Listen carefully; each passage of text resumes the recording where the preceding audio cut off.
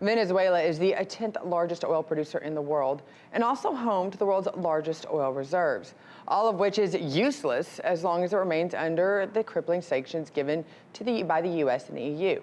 So while the U.S. has halted almost all oil exports from Venezuela, it has granted permission for U.S. oil giant Chevron and Citgo to do it, and they can continue working in the country. So for that, we go to RT correspondent Sayeh Tavangar to tell us why these two companies.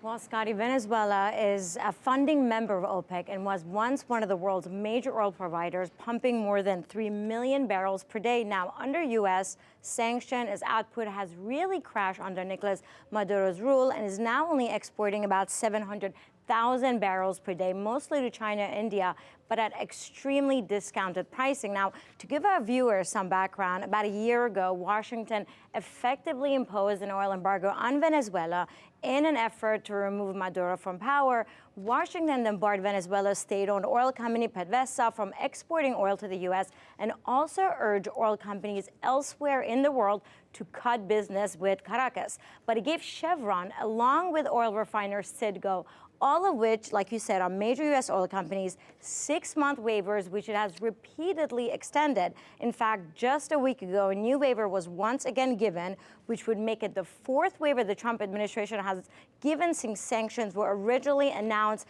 in November of 2018. Now, but the case for Chevron and Citgo are a little different, which I'll explain. Citgo lies in the heart of a long dispute involving U.S. bondholders, PDVSA, the government of Maduro, and the rival administration led by opposition leader Juan Guaido.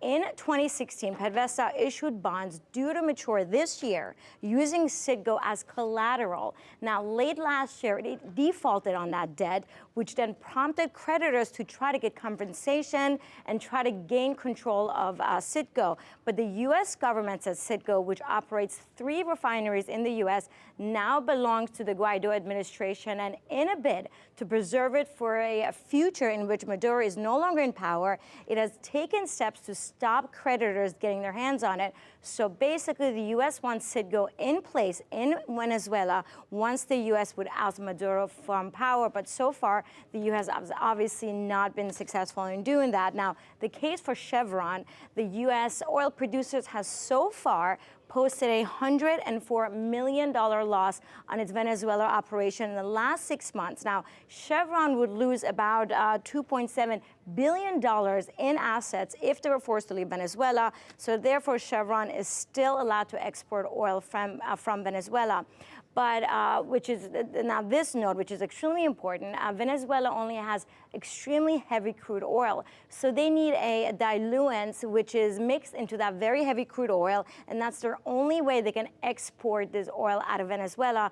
But the U.S. sanctions have stopped any company from selling that chemical component to Venezuela. So now Venezuela is forced to sell their crude at an extremely great discount, so if they can even make it to the market. So Scotty, there's a lot of stake here, billions of dollars, and most importantly, the future of Venezuela. Scotty? And quite often, as everything else seems to be, it's not just about the people in the street that are hurting. There's usually something more attached to it that involves government and, unfortunately, money. Thank you so much for covering and diving into this.